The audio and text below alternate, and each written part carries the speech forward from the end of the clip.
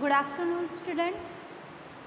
हम memorandum of association पार्षद सीमा नियम चैप्टर कर रहे थे। ठीक है, पार्षद सीमा नियम मेमोई होता क्या है, उसकी विशेषताएं ये हम पढ़ चुके थे।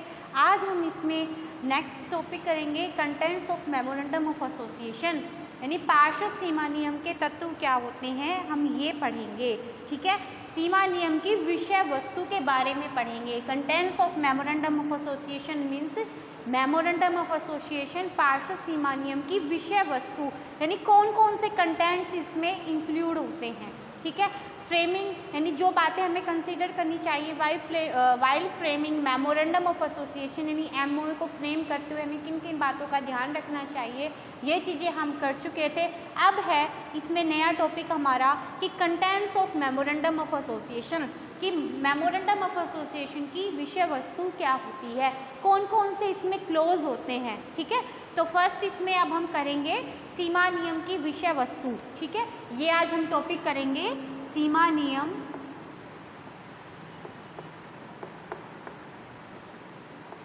की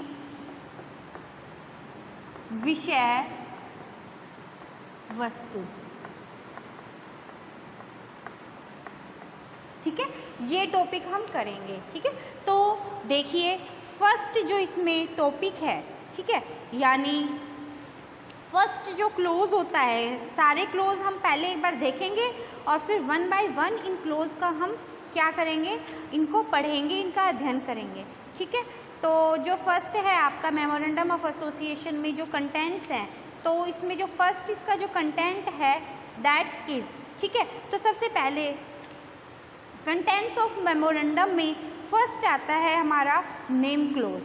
ठीक है, फर्स्ट क्या आता है, एक बार मैं आपको सारे क्लोज बता दूंगी और जैसे मैं बता रही हूँ कि जैसे फर्स्ट हमारा नेम क्लोज होता है उसी सीरियल वाइज में याद करना है कि पहले नाम का क्लोज आएगा तो नेम क्लोज पहले आएगा, नाम वाक्य पहले आएगा। ठीक है, तो इसी सीक्वेंस में क्या है, आपको इनको याद भी करना है। ये नहीं है आप नाम का जो सीक्वेंस है उसको आप लास्ट में कर दिए। ठीक है, तो सीक्वेंस में जो चल रहा है इसी हिसाब से करना है। तो first is name close,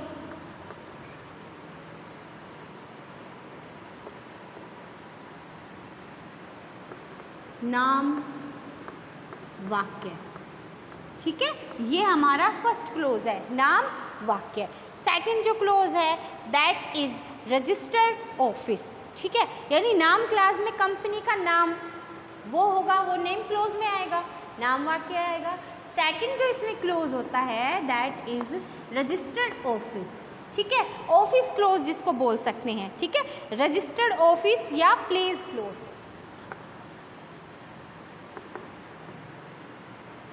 registered office और प्लेस क्लोज। ठीक है, यानी रजिस्टर्ड कार्यालय कहाँ है, ठीक है, या स्थान या पंजीकृत कार्यालय खंड। ठीक है, यानी इसको हम क्या बोलेंगे, पंजीकृत कार्यालय खंड।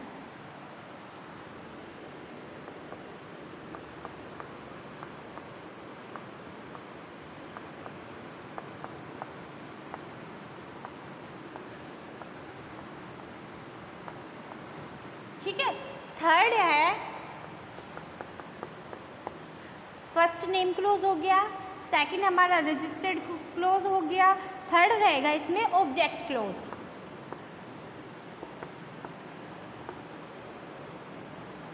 यानी उद्देश्य खंड।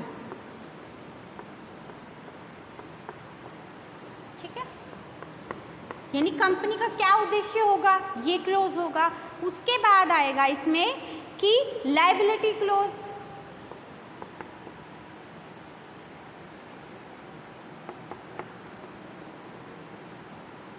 यानी दायित्व खंड।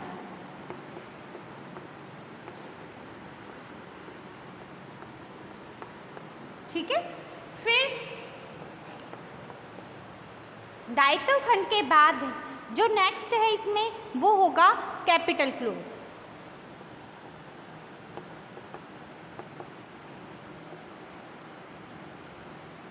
यानी पूंजी खंड।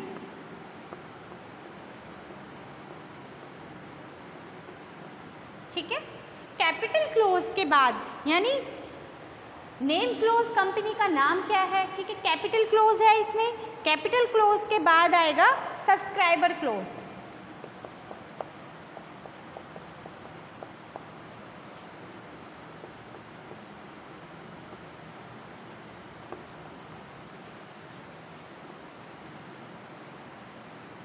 यानी अभिदाता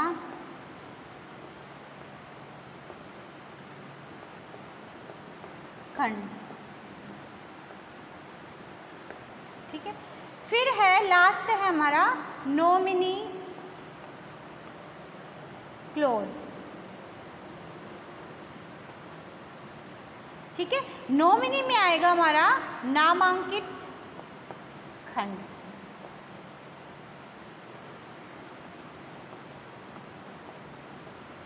ठीक है। यानी ये मेमोए की विषय वस्तु होती है, एमओए में ये चीजें मेंशंस होती हैं, ठीक है।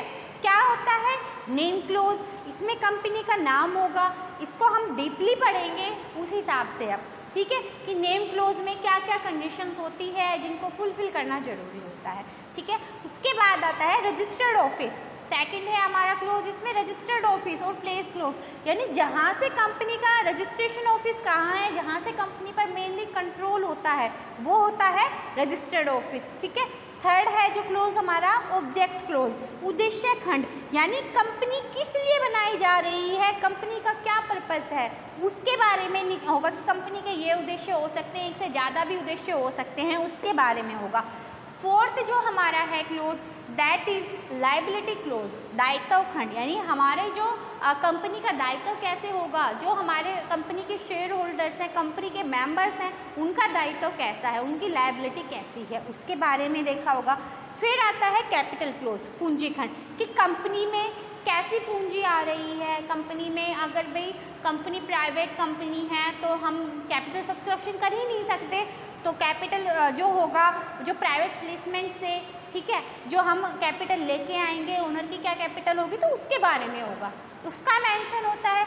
सब्सक्राइबर क्लोज, यानी जो अभिदाता होते हैं, जो हमारे सब्सक्राइबर होते हैं, ठीक है, उनके बारे में जानकारी होती है, उसके बारे में जो फुल डिटेल होती है, उनका नाम पता सभी बारे में, उसके बारे में जानकारी होती है। लास्ट है हमारा नॉमिनी क्लोज, कि नॉमिनी क्लोज, ये क्लोज उस कंपनी में, नॉमिनी क्लोज आप नाम से ध्यान रखिए कि जो 1 पर्सन कंपनी होती है, ओपीसी होती है, यानी जो हमारी 1 पर्सन कंपनी है, ठीक है, 1 पर्सन कंपनी, ठीक है, 1 पर्सन कंपनी वो कंपनी होती है यानी जिसमें एक व्यक्ति ही क्या होता है, कंपनी फॉर्म करता है। तो 1 पर्सन कंपनी की केस में नॉमिनी क्लोज भी होता है, नामांकित। फिर नॉमिनी तो हम किस में रखते हैं, हम 1 पर्सन कंपनी में ही रखते हैं, तो private company and public company में तो नॉमिनी कुछ होता ही नहीं है, है ना। तो नॉमिनी क्लोज अगर है एमओए का तो वो किस सिचुएशन में होगा, ओपीसी के लिए रखा जाएगा, ठीक है। और नहीं तो मेनली यही क्लोज होते हैं, आपके 6 क्लोज होते हैं, बट इन केस ऑफ आप ओपीसी का अगर हम एमओए बना रहे हैं तो उसके साथ ये क्लोज होते हैं। और इनको याद करने का भी तरीका ऐसे ही है, आपको याद भी ऐसे ही करना है कि फर्स्ट में नेम क्लोज आएगा, नेम क्लोज के बाद रजिस्टर ऑफिस का आता है, फिर ऑब्जेक्ट का आता है, फिर लाइबिलिटी का आता है, कैपिटल का आता है, सब्सक्राइबर्स का आता है, और नॉमिनी, यानी अगर 1 पर्सन कंपनी है, एक व्यक्ति कंपनी है, तो वो नॉमिनी क्लोज भी बनाएगी, ठीक है। तो ये आपके क्लोज हैं, कंटेंट्स हैं। अब हम इनका सीरियल वाइज एक बार इनका अच्छे से अध्ययन करेंगे कि जो हमारा नेम क्लोज आता है इसमें क्या है, क्या क्या इसकी फीचर्स हैं, इसके बारे में पढ़ेंगे। रजिस्टर्ड ऑफिस क्या है, एक एक सीरियल वाइज इन क्लोजों का हम अध्ययन करेंगे, ठीक है। तो एमओए में हम फर्स्टली आप पहले इसको राइट डाउन कर लीजिए, ठीक है। अब हम 1 बाय 1 करके इनके जो हमारे जो क्लोज गिवन है इनका हम अध्ययन करेंगे, ठीक है। तो फर्स्ट जो हमारा क्लोज है नेम क्लोज, नाम वाक्य, इसके बारे में देखेंगे।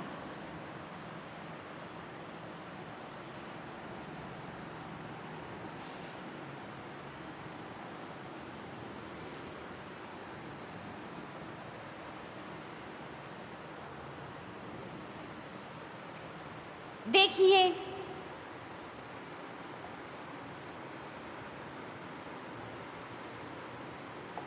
नेम क्लोज क्या है कि name close is the first essential contain of MOA, ठीक है। तो फर्स्ट कंटेन क्या होता है, नेम क्लोज होता है, ठीक है। और इस नेम क्लोज में क्या होता है, जो हमारा नेम क्लोज है वो क्या है, it is the first content of MOA।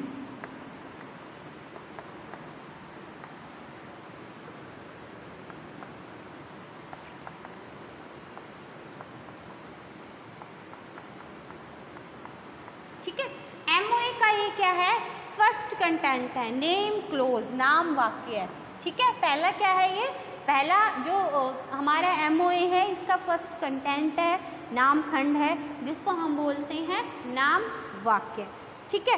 तो इस खंड में क्या होता है, इस खंड में कंपनी का नाम लिखा जाता है, कंपनी का नेम मेंशन होता है कि कंपनी क्या है, ठीक है। अब पार्षद जो हमारा सीमा नियम है, ठीक है, यानी the name confirm by the registrar shall be stayed in this close, ठीक है। यानी जो रजिस्ट्रार के द्वारा नाम कन्फर्म हुआ है, ठीक है, यानी जो कंपनी के रजिस्ट्रार के पास जो नाम आरक्षित हुआ है, कन्फर्म हुआ है, वो नाम ही इस क्लोज में लिखा जाएगा, ठीक है। यानी सबसे पहले जो हम रजिस्ट्रार के पास नाम जो आरक्षित कराते हैं, ठीक है, कंजर्व जो कराया जाता है नाम, वो नाम यहाँ मेंशन होता है, ठीक है। तो वही नाम लिखा जाए जो रजिस्ट्रार द्वारा कंपनी के लिए पंजीयन के लिए क्या है, आरक्षित कराया गया है, ठीक है। तो जो name of the company is a symbol of its independent corporate existence, ठीक है। ये एक सिंबल होता है कि कंपनी की एक कॉर्पोरेट एग्जिस्टेंस है फ्रॉम इट्स अदर जो कंपनी है, यानी एक कंपनी को दूसरी कंपनी से डिफरेंट कराता है, भिन्न प्रकार का होता है, एक कॉर्पोरेट आइडेंटिटी होती है। कॉर्पोरेट आइडेंटिटी मतलब जो नेम होता है, ठीक है। ये एक कॉर्पोरेट क्या है, नाम क्लोज, नाम से आप क्या है, एक कंपनी को नाम मिलता है तो मतलब क्या होता है कि उसको एक कॉर्पोरेट आइडेंटिटी होती है, ठीक है। तो नाम क्लोज में ये ध्यान रखना कि द फर्स्ट कंटेंट होता है और ये जो कंपनी को कॉर्पोरेट आइडेंटिटी देता है, यानी एक कंपनी को दूसरी कंपनी से भिन्न करता है, डिफ्रेंशिएट करता है, ठीक है। और इसमें ध्यान रखना जो कि जो पब्लिक कंपनी होगी नाम के अंत में क्या लगाएगी, बार बार ये बातें आते भी आपको तब याद भी हो गया होगा, पब्लिक कंपनी है, ठीक है, लास्ट वर्ड में with the name of the end of the word, ठीक है। यानी जो नाम होता है उसके आखिरी में क्या लगाएगी, प्राइवेट लिमिटेड, ये यूज़ करेगी, ठीक है, with in the end of the words name, ठीक है। कंपनी के नाम के अंत में ये अक्षर होंगे। प्राइवेट कंपनी क्या यूज़ करेगी,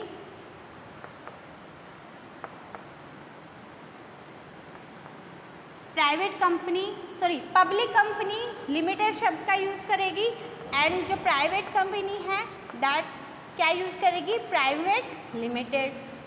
वन पर्सन कंपनी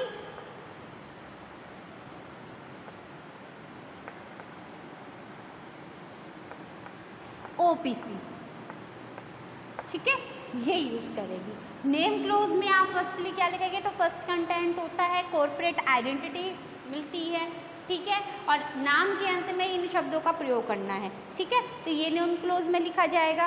फिर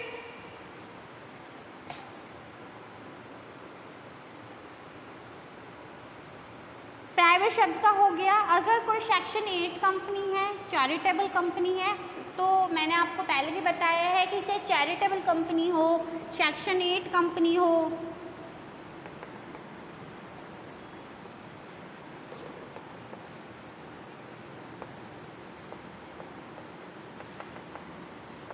यानी जो धर्मार्थ कंपनियां होती हैं जिसका मेन मोटिव प्रॉफिट कमाना नहीं होता है, समाज की सेवा करना होता है, उन कंपनियों के लिए कोई नाम के अंत में कुछ भी लगाना जरूरी नहीं है, ठीक है। No use of any word, no use of any words.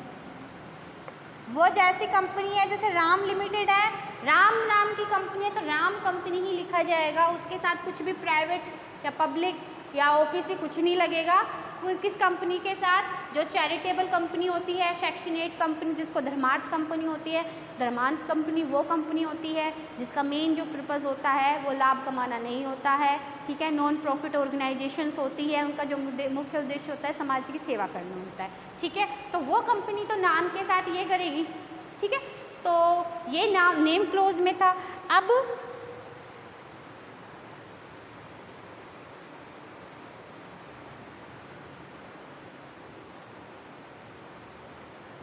कि कोई भी अब नाम का जो आरक्षण कराएंगे कि कोई भी व्यक्ति किसी कंपनी का रजिस्ट्रेशन चाहता है तो उसे कंपनी का नाम का केंद्रीय पंजीयन केंद्र के रजिस्ट्रार से, ठीक है, यानी जो हमारा CRC है, मैंने आपको बताया था CRC है जो, उससे क्या कराना पड़ेगा, कंफर्म कराना पड़ेगा नाम को, ठीक है।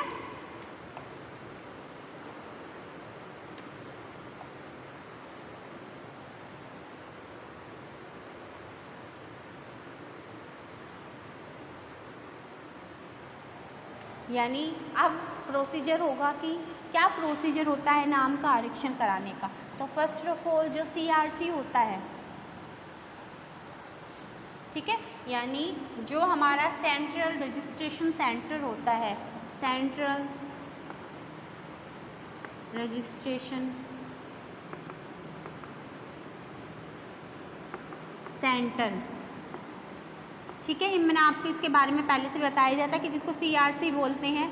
इस CRC के पास रजिस्ट्रेशन कराना पड़ेगा फॉर्म नंबर 1 में, ठीक है, किसमें होगा, फॉर्म नंबर INC 1 में, ठीक है, निर्धारित शुल्क के साथ, फॉर्म नंबर INC 1, ठीक है। इस फॉर्म नंबर में जो पेनल्टी या जो भी आपका शुल्क लगता है, ठीक है, उस निर्धारित शुल्क के साथ, ठीक है, यानी जितना भी आपको जो इसके लिए चार्ज देना पड़ेगा उस चार्ज के साथ इस रजिस्टर यानी CRC में नाम का क्लोज भरना पड़ेगा। नाम का जो भी कंपनी का नाम आप चूज़ कर रहे हैं तो CRC के पास सेंट्रल रजिस्ट्रेशन सेंटर जो दिल्ली में है उसके पास अब जो हुआ है कि फॉर्म नंबर INC 1 में जितना भी चार्ज लगता है उसका जो शुल्क है उसके साथ CRC फॉर्म में देना होगा जो भी आपने नाम मेंशन किया है। फर्स्टली तो जो प्रोसीजर होता है नेम क्लोज में ये होगा कि सेंट्रल रजिस्ट्रेशन जो सेंटर है उसमें आपको जितना भी शुल्क लगता है उसका जितना चार्ज लगता है उसके साथ आपको फॉर्म नंबर INC 1 में ये देना होगा, ठीक है। अब भरने के बाद, ठीक है, अब आवेदन जो उनको प्राप्त करने के बाद रजिस्ट्रार इस नाम को क्या कर देगा, रजिस्टर्ड कर देगा, आरक्षित कर देगा, रिजर्व कर देगा, ठीक है, और ये रिजर्व तब तक रहेगा 60 दिनों तक बना रहेगा, ठीक है। यानी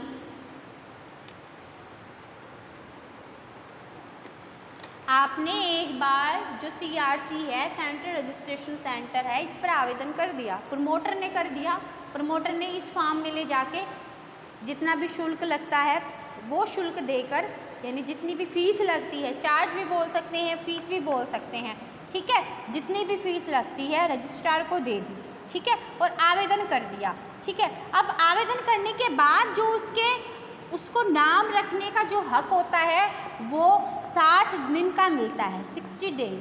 विद इन द 16 डेज वो ये नाम रिजर्व रहेगा सिर्फ 16 डेज तक। हो सकता है, देखिए मान लीजिए उन्होंने नाम रख दिया राम प्राइवेट लिमिटेड है, ठीक है, इन्होंने ये सोच लिया कंपनी का नाम, रजिस्ट्रार के पास इस नाम को करा दिया। अब पेनल्टी के साथ आवेदन भर दिया कि हम अपनी कंपनी का नाम राम प्राइवेट लिमिटेड करेंगे, बट उनको अब ये होगा कि 60 दिन तक ही अगर या तो आप अपने कंपनी का नाम रख लीजिए, ये वाला जो भी इम्पोर्टेंट डॉक्यूमेंट्स है उसमें मेंशन कर लीजिए, जो इम्पोर्टेंट डॉक्यूमेंट चाहिए वो दे दीजिए, तो 60 दिन तक ये नाम आरक्षित रहेगा। 60 दिन के बाद ये नाम आरक्षित नहीं रहेगा। अगर आपको अपना फिर से नाम रखना है, अगर आप उस दौरान अपना कंपनी का नाम नहीं रख सके, ये इम्पोर्टेंट डॉक्यूमेंट आपने नहीं बनाए जिसमें ये कंपनी का नाम आरक्षित है, तो आपको दोबारा से रजिस्ट्रेशन कराना पड़ेगा उसी नाम के लिए। सिर्फ ये 60 दिन तक ही ये वैलिड रहेगा नाम, ठीक है। वैलिडिटी कब तक रहेगी इस नाम की, विद इन 60 डेज, यानी 16 डेज तक ही रह सकती है, इससे ज़्यादा नहीं ये वैलिड होगा, ठीक है। तो ये नाम का प्रोसीजर समझ में आया आपको, ठीक है, कि जो नाम होगा वो 60 दिन तक ही रहेगा, फॉर्म नंबर INC 1 में CRC के पास भेजा जाएगा, ठीक है। अब इसमें कि जो हम नाम रख रहे हैं इससे रिलेटेड कुछ क्या है, रूल्स हैं, ठीक है, कि आप जो नाम के संबंधी जो भी परिणाम होते हैं, ठीक है। अभी इसका एक ये और देखना कि गलत सूचनाओं पर आधारित आरक्षण, ये हो गया आपका कि नाम के अंत में क्या लगेगा, ये मैंने आपको अच्छे से बता दिया। ओपीसी कंपनी का क्या लगेगा, पब्लिक कंपनी नाम के अंत में क्या करेगी, चैरिटेबल कंपनी को तो कुछ भी नाम के पीछे लगाना जरूरी नहीं है ना। कैसे प्रोसीजर होता है नेम क्लोज का, अब देखिए इसमें, अब कि गलत सूचनाओं पर आधारित आरक्षण, ठीक है। अगर आपने रिजर्वेशन नाम का हो गया है पर वो जो इन्फॉर्मेशन है वो फॉल्स इन्फॉर्मेशन के बेस पे कंपनी का नाम रिजर्व हो गया है, ठीक है, यानी कि गलत सूचना मिल गई है, उसके आधार पर नाम आरक्षित हुआ है, तो इस सिचुएशन में क्या हो गया कि निम्नलिखित इसके क्या होंगे, परिणाम मिलेंगे, क्या आउटकम मिलेगा। अगर आपने गलत इन्फॉर्मेशन दे दी उसके हिसाब से हो गया, ठीक है। तो यदि कंपनी का समामेलन यानी रजिस्ट्रेशन नहीं हुआ है तो कंपनी के नाम के आरक्षण को निरक्षित कर दिया जाएगा, ठीक है।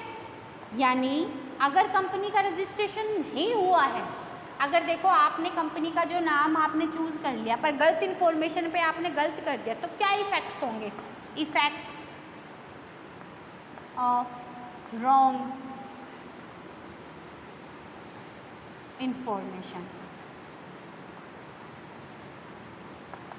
इंफॉर्मेशन ऑन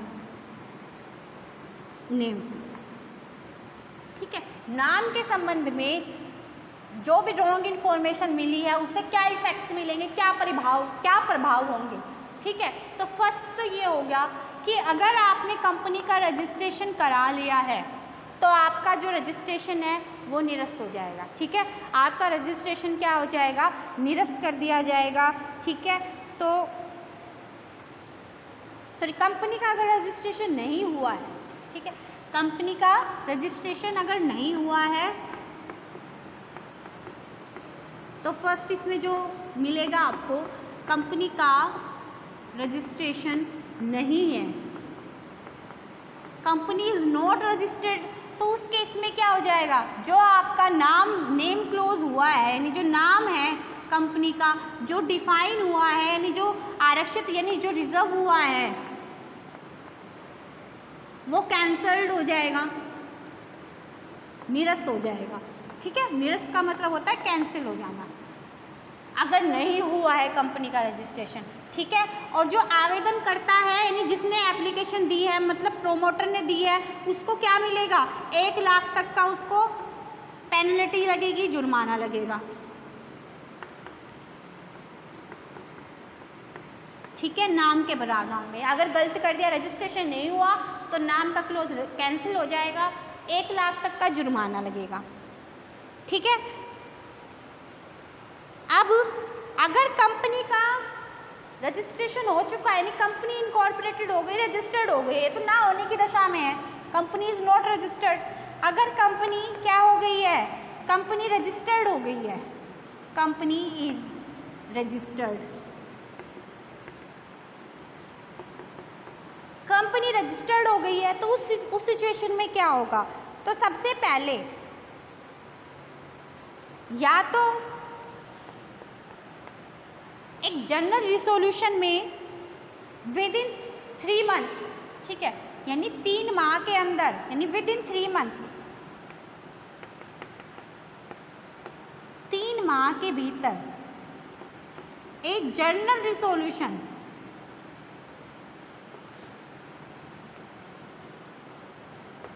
एक जनरल रिजोल्यूशन यानी सामान्य संकल्प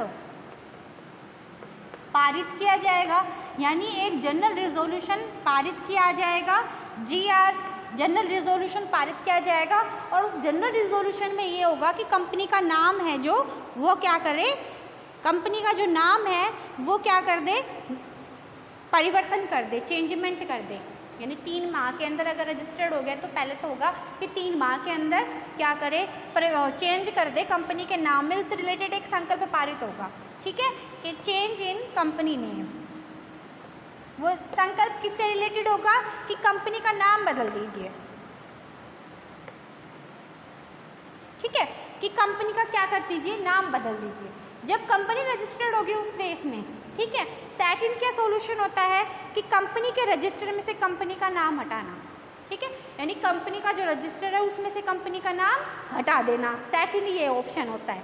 थर्ड जो इसमें है कि कंपनी के समापन हेतु, कि अगर हम ना जनरल रिजोल्यूशन कर रहे हैं ना कंपनी के रजिस्टर में से नाम हटा रहे हैं, तो थर्ड ये ऑप्शन होगा कि हम जो कंपनी का रजिस्ट्रेशन है वो तो हम कैंसिल कर नहीं सकते, कंपनी का तो रजिस्ट्रेशन कभी कैंसिल हो ही नहीं सकता। कंपनी का तो अगर इस केस में रजिस्ट्रेशन कैंसिल होने की ऐसी सिचुएशन आ जाए, कोई गलत इन्फॉर्मेशन, तो कंपनी का वाइंडिंग अप ही हो जाएगा, पर रजिस्ट्रेशन कभी भी कैंसिल नहीं होता है। तो थर्ड क्या ऑप्शन होगा कि कंपनी का क्या कर दे, वाइंडिंग अप कर दे, winding up of a company, ठीक है, ये सॉल्यूशन हो सकता है, winding up of a company, कि कंपनी का समापन कर दीजिए, ठीक है। तो फर्स्ट में क्या होगा कि कंपनी का जो हम कर रहे थे इसमें नेम क्लोज में, नाम के वाक्य में, ठीक है, कि कंपनी का जो क्या इफेक्ट होगा कि अगर कंपनी का रजिस्ट्रेशन नहीं हुआ है तो नाम में परिवर्तन कर देंगे, ठीक है, नेम जो रिजर्व हुआ है वो कैंसिल हो जाएगा, ठीक है। पर अगर रजिस्ट्रेशन हो चुका है, वो नाम हो गया, इंपोर्टेड डॉक्यूमेंट में वो नाम लिखा जा चुका है, तो एक स्पेशल रिसोल्यूशन पास किया जाएगा, जनरल रिसोल्यूशन, स्पेशल नहीं, जनरल रिसोल्यूशन, सामान्य संचय संकल्प पारित होगा और उसमें ये होगा कि कंपनी का नाम चेंज करना है या फिर कंपनी का समापन कर देंगे। ये आपको इफेक्ट होंगे कि अगर नेम क्लोज में हमें कोई परिवर्तन कर दिया है, ठीक है। इसको राइट डाउन कर लीजिए।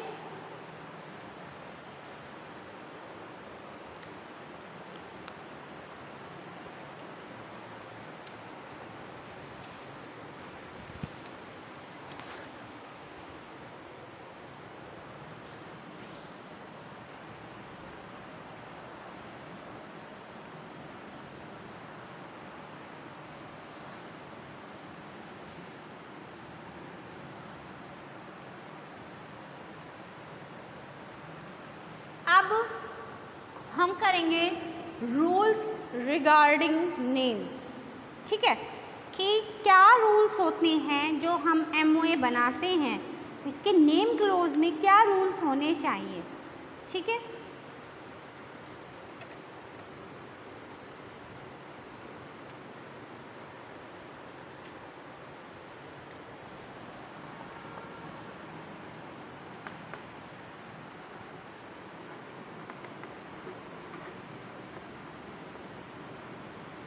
कि जो हम रूल बना रहे हैं उस नाम संबंधी क्या प्रावधान होने चाहिए इसके बारे में, ठीक है।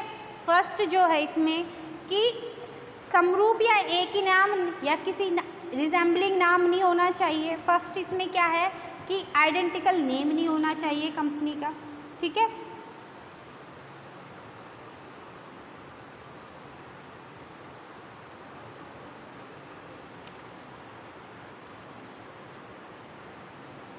फर्स्ट क्या है,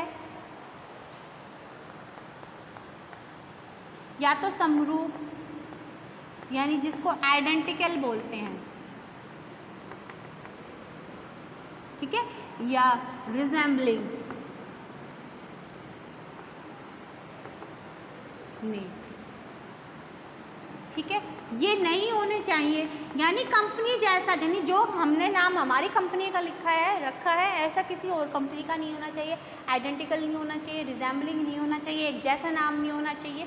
अगर एक कंपनी का नाम, मान लीजिए नाम राम प्राइवेट लिमिटेड है, तो दूसरी company same as it is वो नाम नहीं लिख सकती, ठीक है। तो कंपनी का एक जैसा नाम नहीं होना चाहिए, ठीक है, यानी कोई नाम मिलता जुलता नहीं होगा। नेक्स्ट है इसमें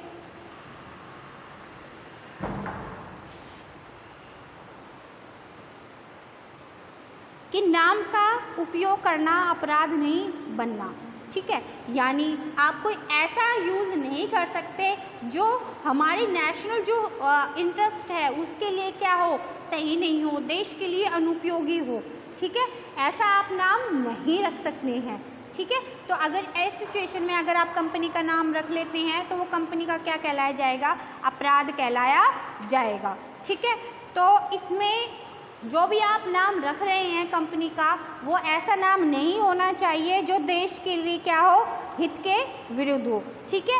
which is not opinion of the central government, ठीक है, यानी जो सेंट्रल गवर्नमेंट के लिए अनडिजायरेबल हो, ठीक है। The name which is undesirable in the opinion of the central government.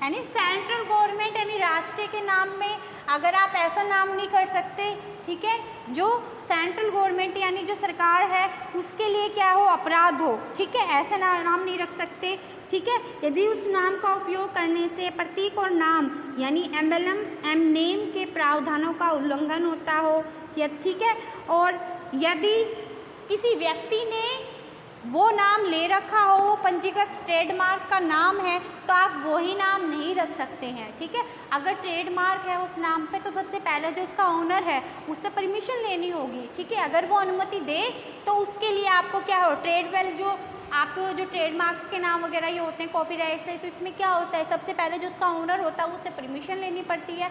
अगर वो परमिशन दे दे तो अभी हम क्या रख सकते हैं, नाम रख सकते हैं, इससे पहले नहीं रख सकते। तो ट्रेडमार्क या कॉपीराइट वाले नाम हो तो उसका भी क्या है, हमें यूज़ करने से पहले उसके जो ओनर हैं उसकी क्या लेनी पड़ेगी, परमिशन लेनी पड़ेगी, ठीक है। और ऐसा नाम लिख सकते हैं जो स्पेशल जो वर्ग है, ठीक है, यानी स्पेशल कास्ट है उसके लिए अनडिजायरेबल हो, ठीक है, आपत्तिजनक हो। तो ऐसे नाम अनडिजायरेबल लिस्ट में आते हैं सेंट्रल गवर्नमेंट में कि हम ऐसा नाम नहीं कर सकते जिससे कोई आपत्तिजनक हो, कोई जो मतलब कास्ट है उसके विरुद्ध हो रहा हो, ठीक है। नेक्स्ट है इसमें अवांछनीय नाम, ठीक है, यानी अनडिजायरेबल नहीं होना चाहिए एक तो केंद्र सरकार के द्वारा नाम, ठीक है, सरकार के संरक्षण का आभास कराने वाला नाम, ठीक है, सरकार के संरक्षण का आभास करवाने वाला नाम,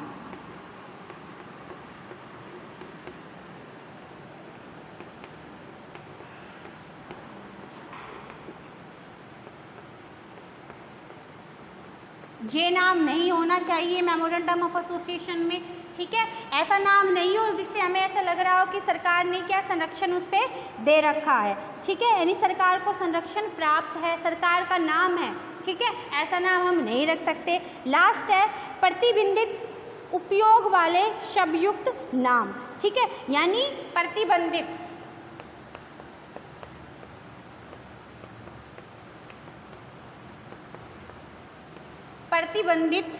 उपयोग वाले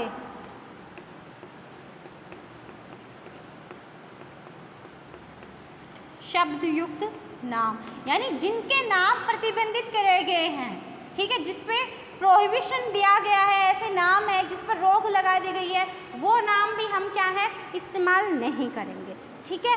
कि ऐसे कोई नाम है तो उससे पहले सबसे पहले सेंट्रल गवर्नमेंट से उसके लिए परमिशन लेनी पड़ेगी, ठीक है। अगर सेंट्रल गवर्नमेंट ऐसे नाम के लिए परमिशन दे देती है तो हम ऐसा नाम रख सकते हैं। तो ये नेम क्लॉज में रूल्स हैं कि आइडेंटिकल रिसेंबलिंग नहीं होना चाहिए, अगर कंपनी सेंट्रल गवर्नमेंट के लिए अनडिजायरेबल है वो नाम नहीं होना चाहिए, जिससे सरकार के संरक्षण का भी आभास प्राप्त हो, मतलब कोई ऐसा नाम हो जिसमें ऐसा लग रहा है कि कंपनी यानी सरकार का उससे क्या हो संरक्षण प्राप्त हो, ठीक है, यानी सरकारी रूप से कुछ होने का आभास हो, तो वो हम नाम नहीं रख सकते हैं, ठीक है। जैसे किंग, क्वीन, ऐसे हम नाम नहीं रख सकते हैं, देश का नाम नहीं रख सकते हैं, ठीक है। तो बहुत से इसमें रूल्स हैं। वो प्रतिबंधित उपयोग वाले शब्द, यानी कुछ नाम ऐसे हैं जिसमें सेंट्रल गवर्नमेंट ने प्रतिबंधित किया हुआ है, रिस्ट्रिक्शन दे रखी है, अगर हमें ऐसे नाम रखने हैं तो सेंट्रल गवर्नमेंट से अप्रूवल लेना पड़ेगा। तो ये था आपका कम्प्लीटली नेम क्लोज। अब नेक्स्ट जो होगा वो हम अदर क्लोज करेंगे, जो हमारा आगे क्लोज होगा, ठीक है।